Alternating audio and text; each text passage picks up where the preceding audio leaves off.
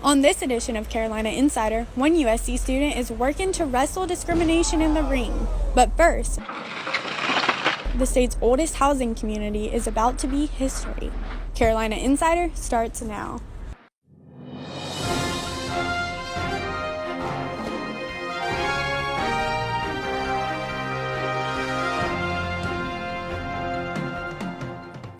Hello, and welcome to this edition of Carolina Insider.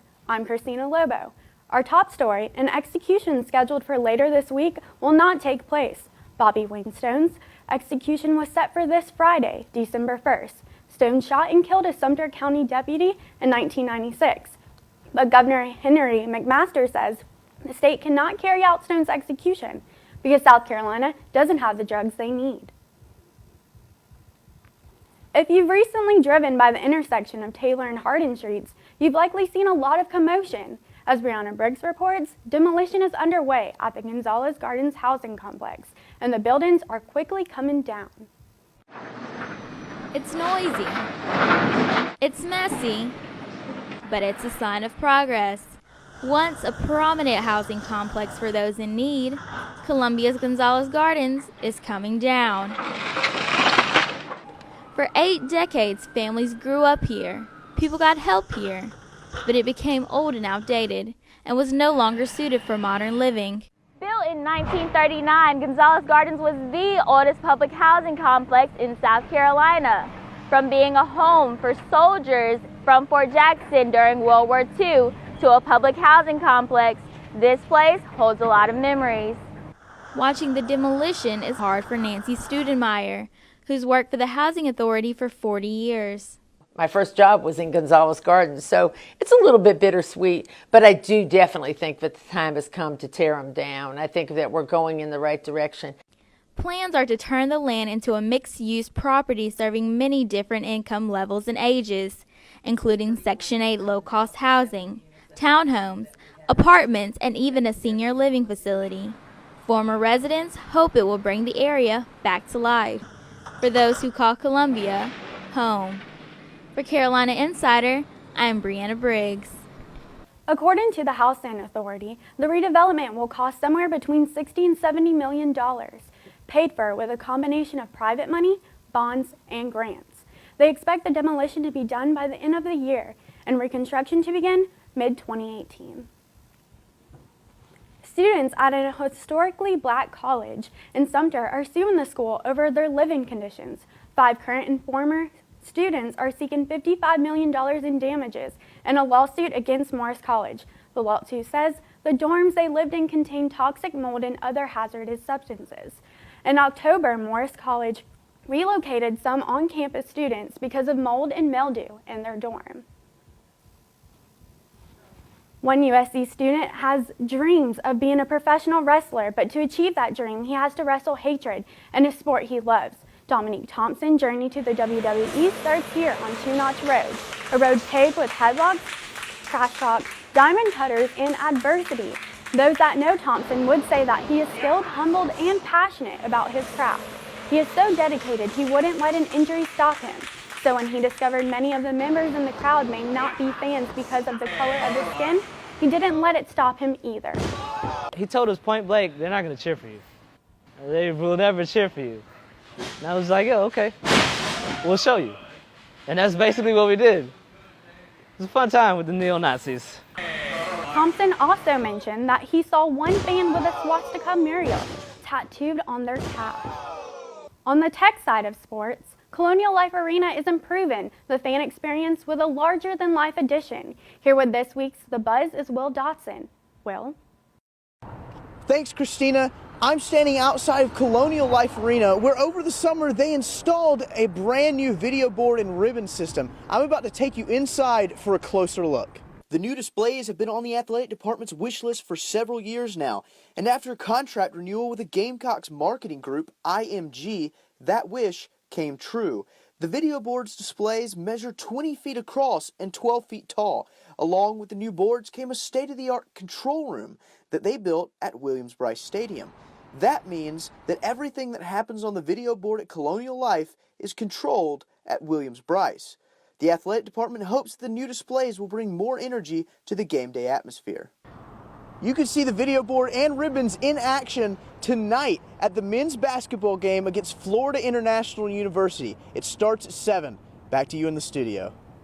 Thanks, Will. That's it for this edition of Carolina Insider, a student production here in the Kennedy Greenhouse Studio in the School of Journalism and Mass Communication. See you back here Wednesday.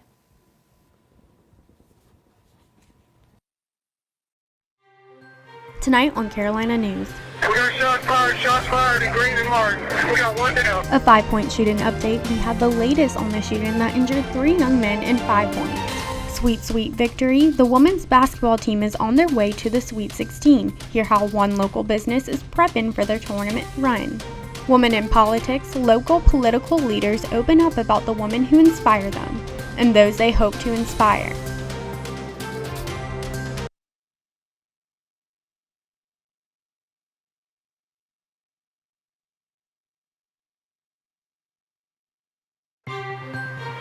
From the University of South Carolina, your news, your sports, your weather.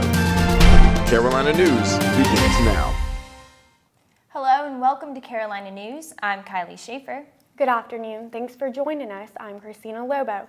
A shooting in 5 points early Sunday morning left 3 men injured and 1 man in custody. Our Kayla Pace is live in the newsroom with the latest on a scary situation. Kayla? Today marks the start of National Youth Violence Prevention Week here in Columbia, and it could not come at a better time. This morning, a bond court hearing was held for the man accused of firing into the crowd on Hardin Street after an argument early Sunday morning. Excuse me, guys. Jesus Christ. On Sunday morning, an argument in 5 points turned violent when Jones fired a gun into a crowd of innocent bystanders. 3 victims were taken to local hospitals, and some are still being treated for their injuries. After surveillance footage of 4 men at the scene of the crime was circulated on Twitter, they turned themselves in late Sunday afternoon. Only 1 has been charged so far. Arthur Jones Jr. faces 3 counts of attempted murder and possession of a weapon during a violent crime. The 22-year-old is being held on a $3 million bond. Columbia Police Chief Skip Holbrook spoke at a press conference this morning regarding Jones and the events that unfolded. Based on his criminal history, he would not be allowed to legally purchase a firearm, so he was illegally possessing a firearm. In the wake of recent complaints from Columbia residents about the behavior of 5 Points patrons, this incident is the cause of far more concern for many. But Holbrook says that the issue of gun violence is a problem that's citywide. There's been a lot of attention on 5 Points, but during that same period last week, we had 58 calls for service of shots being fired in our city. We had 4 people hit by gunfire. We recovered 16 firearms in the city in that week leading up to that. The 3 victims are in varied conditions. 1 was released this morning with a lower back injury. Of the 2 still in the hospital, 1 is recovering from a spinal injury, while the other was shot in the face and is still on a ventilator. Live from the newsroom, I'm Kayla Pace. Thanks, Kayla. St. Augustine University released a statement yesterday naming one of the 5 Points victims as one of their students. Howard Boone Jr. was visiting 5 Points with a friend when he was shot. The university described his status as critical. The president of the university called Boone a model student and is concerned with the rising incidence of gun violence affecting young people. Boone is a 23-year-old criminal justice major and Reserve Corps member.